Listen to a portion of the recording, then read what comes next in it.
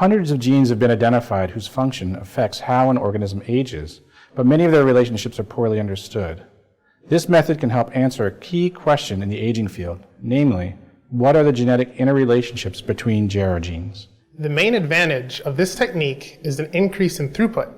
The number of genetic perturbations that can be quantitatively measured simultaneously is increased by at least an order of magnitude. Lifespan data collected with this procedure can be plotted and analyzed using software we provide with this publication.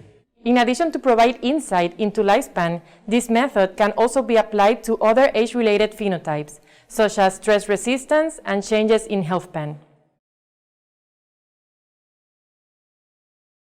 For this procedure, create a fresh stamp of the RNAi sub-library. First, aliquot each well of a 96-well plate with 200 microliters of LB with ampicillin using a 12-channel pipetter. Sterilize a 96-pin plate replicator by sequentially immersing the pins in 50% bleach followed by ultrapure water. Then dip the tips in ethanol and carefully flame the tips.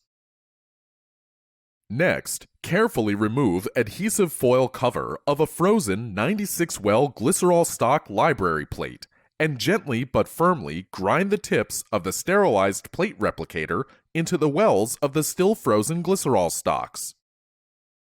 Then, inoculate the cultures and seal the inoculated plate with a permeable membrane.